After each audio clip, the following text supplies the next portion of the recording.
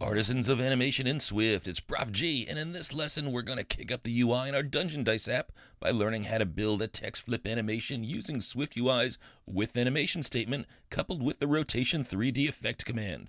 We'll also show some other animation techniques along the way, like how to scale and fade, so let's flip out over big learning. Now, we have worked with animations in previous lessons. First, we used the basic animation modifier to create a fade in on a text view whenever values changed. We used that in our You Are Awesome app, and let's do that now. At the end of the text view modifiers, we'll say .animation, and we'll select the value with animation and value parameters. And for animation, let's use the standard .default animation, which we know based on prior experience that when applied to a text view, will fade the old view out and the new view in. Tab over to this value parameter, and this is the name of the variable that will trigger the animation when this value changes. For us, this should be the result message because that's what's inside of the text view. Now, when we click a button, we see the first selection fade in. But this is a bit tricky because if we keep clicking on the same dice button, like I'm doing here with four-sided dice, as we fade out the old text and fade in the new text, the only thing we see fading is the number because the rest of the text remains unchanged. And in fact, if the number doesn't change, we don't see any fading at all. Now that problem occurs because our current result message isn't changed when the new result message is going to be the same, meaning we rolled the same value on a dice. In our case, we rolled the same value on a four-sided dice. Now that's pretty common, and it'd give no visual animation cue to our user. So one thing we can do is we can create a separate value that's going to be toggled or changed each time we click on the button. This way, even if the result message doesn't change, we can animate on this new animation trigger value, and that'd guarantee that our animation runs every single time the button's clicked. So why don't we do that now? We'll head up top and we'll create a new variable. We'll say @state private var. We'll call this animation trigger lower camel case. This is going to be a Boolean value, and I initially set it to false, but frankly, the value doesn't matter. What does matter is that we toggle it every time we press a dice button. So down here in the button action, we're going to say animation trigger .toggle with parentheses after it. So what toggle does is it turns any false value to true, any true value to false. It simply toggles a bool. Now, since this value, the animation trigger, is going to change every time we click the button, even if our result message doesn't change because we rolled the same value that we previously had, the animation trigger is going to change. So up here in our animation modifier, we can change the value result message to animation trigger, and that should trigger the animation every time the button's clicked. Now, unfortunately, this still isn't going to give us a good result because the default animation fades out the old view and fades in the new view. Now, if both of these are the same, meaning we rolled the same value with the same dice button, you're still not going to see any change at all in the animation. But we know how to use a better animation. When we coded the Bip the Guy app, we learned how we could use the onChange modifier with the withAnimation statement. Let's do this now. And first we'll create a pulsing effect. Then I'll show you how we could create a really cool springy flip that will flip the text. So first, for a pulse effect, what we're going to do is immediately shrink down the text view scale. Then we'll start our animation, and over a fraction of a second, we'll spring back to its full size. And as extra effect, why don't we add some opacity change? So we'll start out with it being a bit faded out or slightly transparent. We'll do that immediately, but then slowly over the animation time, we'll go back to fully opaque, meaning no transparency. Now here's how we accomplish this. First, let's delete this old basic animation modifier. It's not good enough for us. And we'll replace this with the .onChange modifier. And remember, there are two types that have the of and action. We want the one with the empty parens, arrow, and void for the action, not the one with equatable in parens before the arrow. So I'll press return to select this. Now for the of value, this is the value that triggers the onChange block to run. So with a change of, and in here we'll write animation trigger, then tab to the action and press return for trailing closure, and we'll start the change closure off with one more variable that we need to create. It's going to be a Boolean value that indicates the start state and the end state of our animation. Now this is different from the animation trigger, which is just a toggle. So I'm going to put a comment here after animation trigger that says changed when animation occurred, or really when the animation should occur. But then down below, we'll create a new variable @state private var is done animating. And we'll set this to true because when we start the app, we're not animating, so we can consider that as being done animating. Now watch what we're going to do down here in onChanged. Remember, when we press any button, we change the animation trigger. So that is going to trigger onChange in here. And inside, we're going to set is done animating equal to false. It was true. So the false state is actually the beginning state that we abruptly transition to before we start the animation. Then below this, we'll say withAnimation. And let's select the option with the animation and body.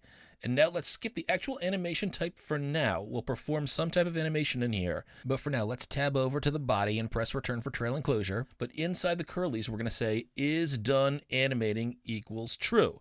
So the animation type will determine what happens as we go from the immediate change to is done animating. That's what happens when we set it to false up here, and that's outside of the with animation block, over to is done animating set to true, which is inside the with animation block. So whatever transition we have from false to true is going to happen with the animation over the time of this animation that we specify in here.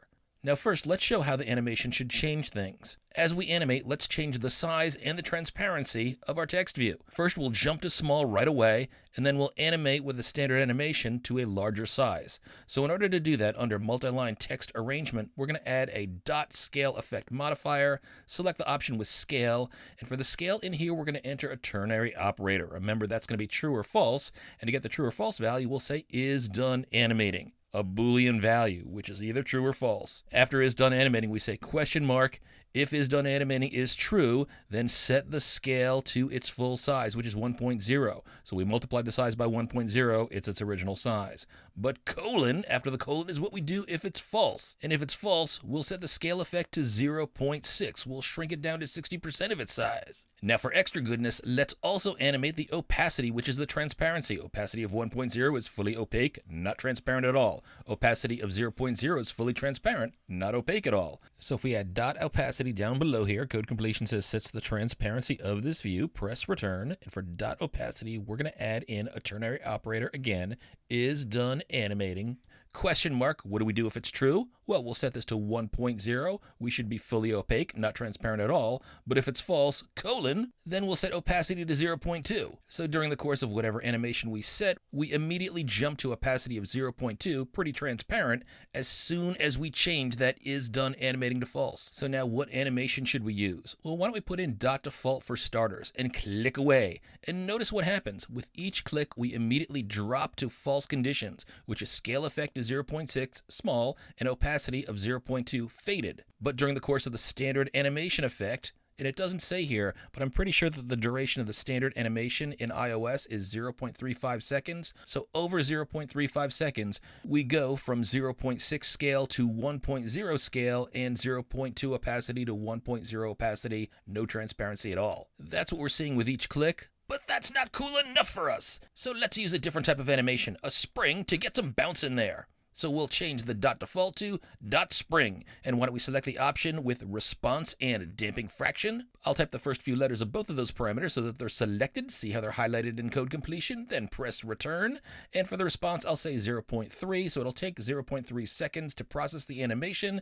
And for the damping fraction, values are between 0 and 1. Low is more springy. 1 is not springy at all. Let's start with 0.4 and try it out. And that's a nice bippy spring. Give it a few more clicks, reminiscent of Bip the Guy.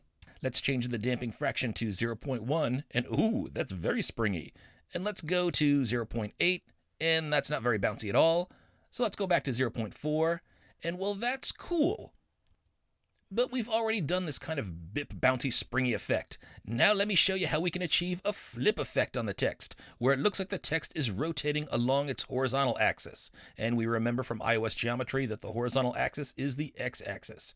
So I'm going to comment out these two other modifiers that we just created, no more scale effect and opacity, and instead below them I'm going to add the dot rotation 3D effect modifier. And there's only one option in here. Now code completion says that this renders the view's content as if it's rotated in 3 dimensions around the specified axes. So it allows us to specify an angle of rotation and which of the 3 axes, X, Y, and Z, and we can combine them, that we want to rotate around. So press return here to get those default parameters, and for the angle, we're going to use a ternary operator here too. So we're going to say is done animating, and if it's true, question mark, we're done. We want to be fully rotated. Now remember, a full rotation is 360 degrees, so to get that, after the question mark, we'll say dot degrees, and we pass into this 360. Now what do we do if we're not done animating? We've just started out, we have a false value for is done animating. Well, after the colon, we'll put in dot degrees and we'll pass in 0.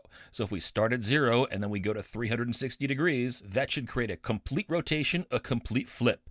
Now let's tab over And this next parameter has us specify the x, y, and z values. Now these values represent a sort of vector that you have in space, and you can experiment with these different values later if you want. But right now, I just want to flip over the x-axis. So what I'm going to do is I'm going to put a 1 in for x, and a 0 for y, and a 0 for z.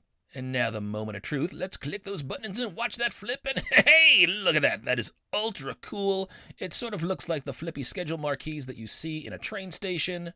Love it.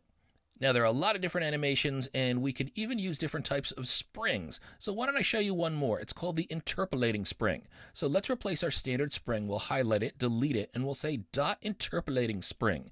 This is supposed to be a more natural spring with more sophisticated spring mechanics.